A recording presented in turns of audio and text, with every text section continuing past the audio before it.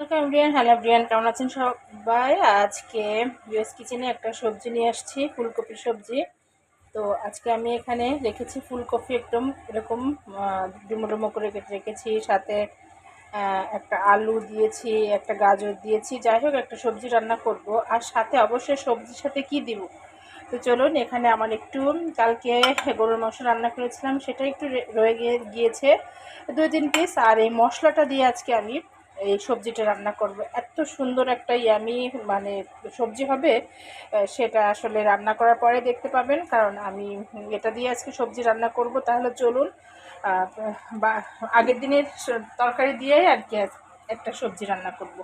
তো প্রথমত আমি এখানে কিছু গোটা জিরা রেখেছি, এটাকে একটু দিয়ে দিলাম, যেহেতু একটু বাগার হবে। আর সাথে আমি একটু খাঁটি সরিষার তেলও অ্যাড করে দেয়।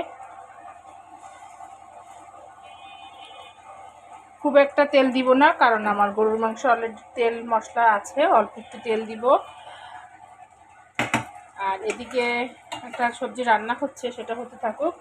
তো এখন যেটা করব, আমার অলরেডি দেখুন বাগারটা, মানে আমি যেটা বাগার দিয়েছি, ফোড়ন যেটাকে বলে, সেটা দিয়ে ফেলেছি। সাথে আমি এখানে কিছু রসুন কুচি অ্যাড করে দিলাম ফোড়নে,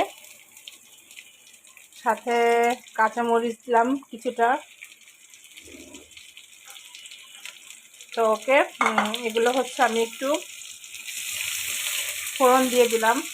এখন আমি এখানে বেশ কিছুটা কাঁচামরিচ অ্যাড করে দেয়।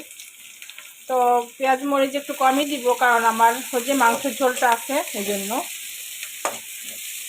তো এটা একটু হালকা পিঙ্কি আসা পর্যন্ত একটু অপেক্ষা করি।